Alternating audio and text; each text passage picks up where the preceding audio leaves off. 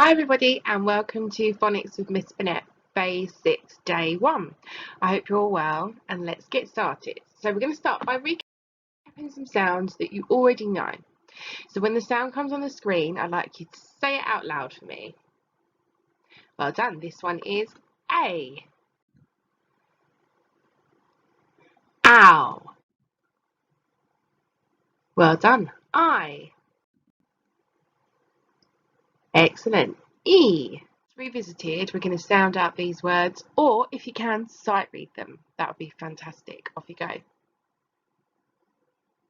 Lovely. The word is untie.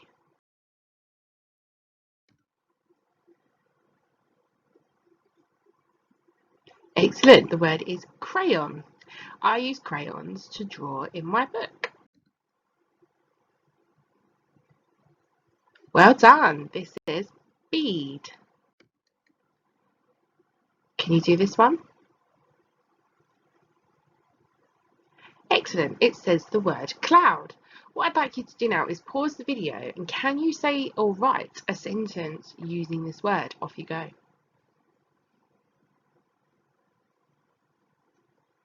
Well done. So today we are going to be learning about the past and present tense. Have a little think just quickly in your brains. Pause the video. Do you know what the past and present tense means? What is past tense and what is present tense? Have a think. Okay, so the past tense is when we're writing or reading, means it has already happened. So for example, I jumped on my bed. It means I've already done it. I've already jumped on my bed. Present tense means it's happening right now. So it could be I am jumping on my bed, which means I am jumping on my bed. It means I'm doing it now. So now I'd like you to read this sentence for me and decide whether you think it's present or past tense. Off you go. Well done. It is the present tense. So today I am eating an orange, which means I am eating one right now. If we were to write it in the past tense, it would look like this, or it could look like this. Yesterday, I ate an apple. Does that mean we're eating an apple now? No, it doesn't. It means we've already eaten one. It means we ate one yesterday. It's already happened.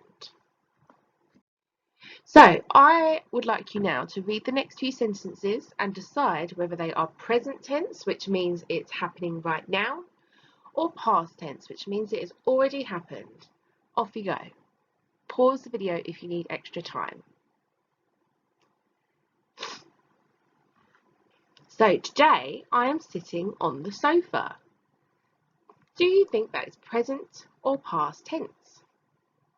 Well done. It's the present tense because I am doing it now. I am sitting on the sofa. Where are you sitting? Okay, have a go at reading the next sentence and decide whether it is present or past tense. Again, pause the screen if you need to. So yesterday I sat on my bed. Do you think that is the present or the past tense? Well done. It's past tense because I have already done it. Okay, have a go at reading the next one and decide whether you think it's present or past tense. Pause the screen if you need to. So I am reading a book. Do you think that's something that you might be doing now or something you've already done, past or present?